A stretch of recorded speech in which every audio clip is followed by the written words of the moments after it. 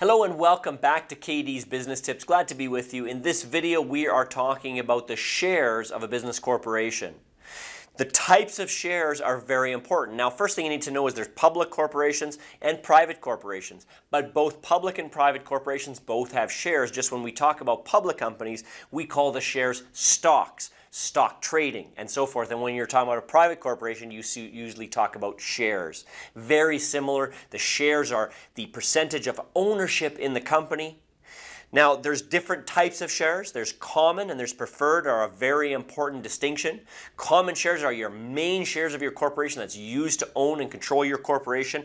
Preferred shares are typically used for investors. And the reason why they're called preferred, if something goes wrong with the corporation, they have preferential treatment in that they get paid out before the common shareholders do if something goes wrong. Okay, so that's common versus preferred. Also, there's voting versus non-voting shares. So a common share might be a voting share, might be a non-voting share. Same with a preferred share, might be voting or non-voting. And that just tells you if there's a vote, a right to vote with those shares. The voting shares typically have the value in a corporation because that's what controls the corporation. And if you have greater than 50% of the voting shares, you control the corporation. So voting versus non-voting. And then there's also different classes of shares, and there's a plethora of them really, because it starts with A and it can go B, C, D, E, F, G, H, I, all the way down, and maybe you want to keep going. You have AA, BB, CC. I mean, it's almost unlimited really. And different classes have different rights and restrictions on them. So it's important to know. So some may receive dividends, some may not receive dividends. Some may be voting shares, some may not be voting shares. And you can use different classes of shares for business structuring and tax strategies and so forth.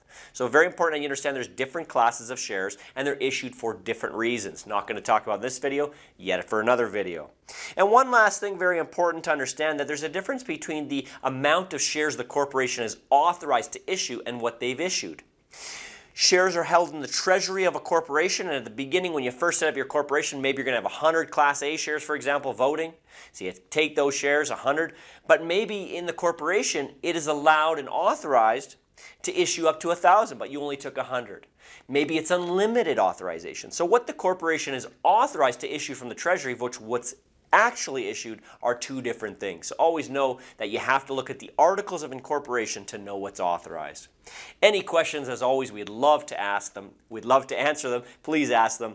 Thanks for being a part of our KD's Business Tips. We'll see you in the next video.